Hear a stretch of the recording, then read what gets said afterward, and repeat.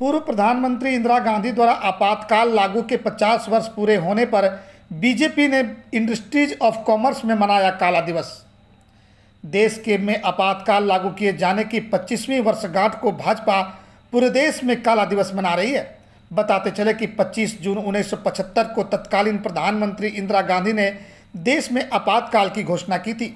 इस आपातकाल के 25वीं वर्षगांठ पर धनबाद के इंडस्ट्रीज ऑफ कॉमर्स एसोसिएशन के सभागार में भारतीय जनता पार्टी द्वारा आयोजित कार्यक्रम में इमरजेंसी की यादों को स्मरण किया।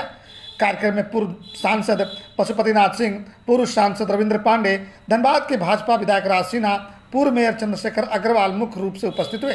वक्ताओं ने कहा कि इमरजेंसी के दौरान सभी प्रकार के नागरिक अधिकार निलंबित कर दिए गए। इस दौरान मीडिया पर सेंसरशिप लगा दी गई थी, संविधान में बदलाव किए गए और न्यायालय तक के हाथ बांध दिए गए।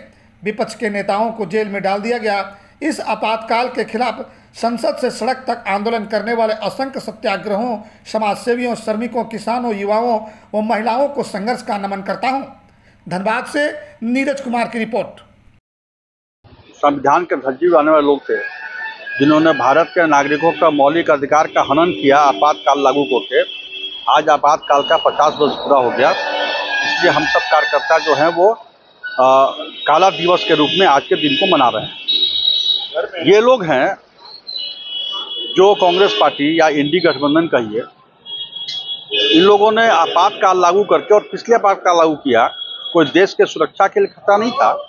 इंदिरा गांधी जी के कांग्रेस पार्टी की जो नेता थी, जो प्रधानमंत्री थी, उनकी कुर्सी खतरे में पड़ गई थी और उसको बचाने के लिए इन लोगों ने आपातकाल लागू किया।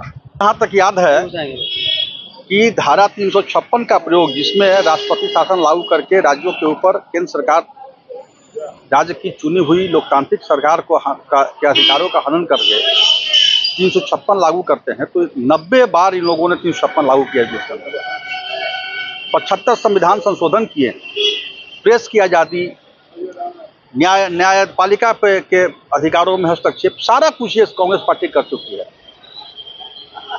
यहाँ तक कि अल्पसंख्यक तुष्टीकरण के तहत जामिया मिलिया इस्लामिया विश्वविद्यालय में इन लोगों ने ST, SC, OBC के आरक्षण को खत्म कर दिया।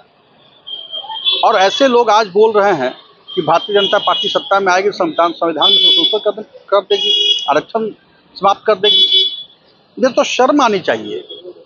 हमारे प्रधानमंत्री नरेंद्र मोदी जी संविधान जब चुन के गए तो सबसे पहले संविधान को उन्होंने माथे से लगाया, यह संदेश दिया।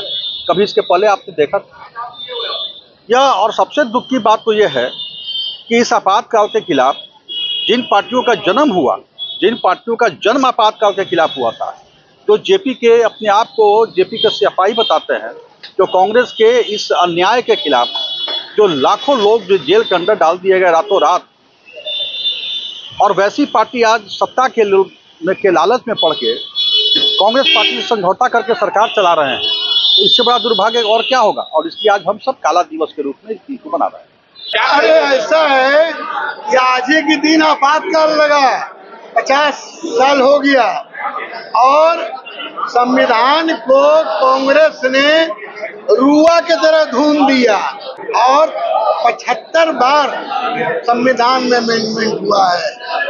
और जो उस जमाने में इतना बार राज्य में राष्ट्रपति शासन लगा, लेकिन हमारी सरकार में चाटल जी रहे हो प्रधानमंत्री, आज हमारे मोदी जी तीसरी बार प्रधानमंत्री, एक स्टेट में कहीं राष्ट्रपति शासन लगा? कहीं नहीं लगा। आज राहुल जी कह रहे हैं संविधान बदल जाएगा। तार तार संविधान को कांग्रेस के लोगों ने किया है। यही राजीव जी प्रधानमंत्री थे, राजीव गांधी, उन्होंने कहा कि बैलेट से चुनाव नहीं होना चाहिए, EVM से होना चाहिए। और उन्हीं के लड़का है राजीव जी, ये कह रहे हैं ना बैलेट से होगा, EVM से नहीं होगा। ये सब कांग्रेस का अपना कल्चर है, उसके हिसाब से लोग चला रहे हैं।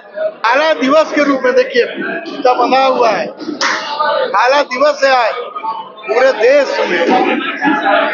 धज्जियां उड़ा रहे हैं कांग्रेस के लोग, इंडी गठबंधन के लोग। और कितना बड़ा ताज्जुब की बात है, जो मुलायम सिंह यादव जेल में रहे उस जमाने में, आज उन्हीं का पार्टी कांग्रेस के साथ संविधान बचाने की बात। अब आप इसका अंदाजा लगा लीजिए। यहाँ तो कहा था झारखंड में राज पर बनेगा, और आज उसी के साथ यहाँ सरकार चल रहा है। कांग्रेस का कहना है कि संविधान खतरे में है। वो संविधान को लेकर के चारों तरफ दिखा रहे हैं, जनता को दिग्भ्रमित कर रहे हैं, और दिग्भ्रमित करके इस बार कुछ सीट भी वो ले चुके हैं। हम लोग जनता को ये याद दिला रहे हैं कि आज के दिन, आज से 50 साल पूर्व कांग्रेस ने इसी संविधान का गला घोटा था और इमरजेंसी नामक एक सत्ता से हटने की स्थिति में उन्होंने जनता पर सौंपा था, क्योंकि उस समय इंदिरा जी का इलेक्शन कैंसिल हो चुका था। जनता में भारी आक्रोश था उनके शासन के खिलाफ। उस आक्रोश को कुचलने के लिए उन्होंने संविधान का गला घोट के इमरजेंसी लगाया था, और इमरजेंसी लगा करके एक एक लोगों पे ज्यादती की थी। और उस ज्यादती को याद दिलाने के लिए एक एक व्यक्ति उस जहन में याद रखे कि इतिहास दोहराया नहीं जाए। ये लोग जो दिग्भ्रमित कर रहे हैं, ये संविधान के विरोधी हैं। भारतीय जनता पार्टी का एक एक कार्यकर्ता संविधान के लिए प्रतिबद्ध है। वो संविधान की दुहाई दे रहे हैं, और जो आदमी आरक्षण दे रहे हैं उनको बोलते हैं आप आरक्षण विरोधी है। और अगली जाति के लिए अगर आरक्षण 10% दिया तो प्रधानमंत्री श्री नरेंद्र भाई मोदी जी ने दिया।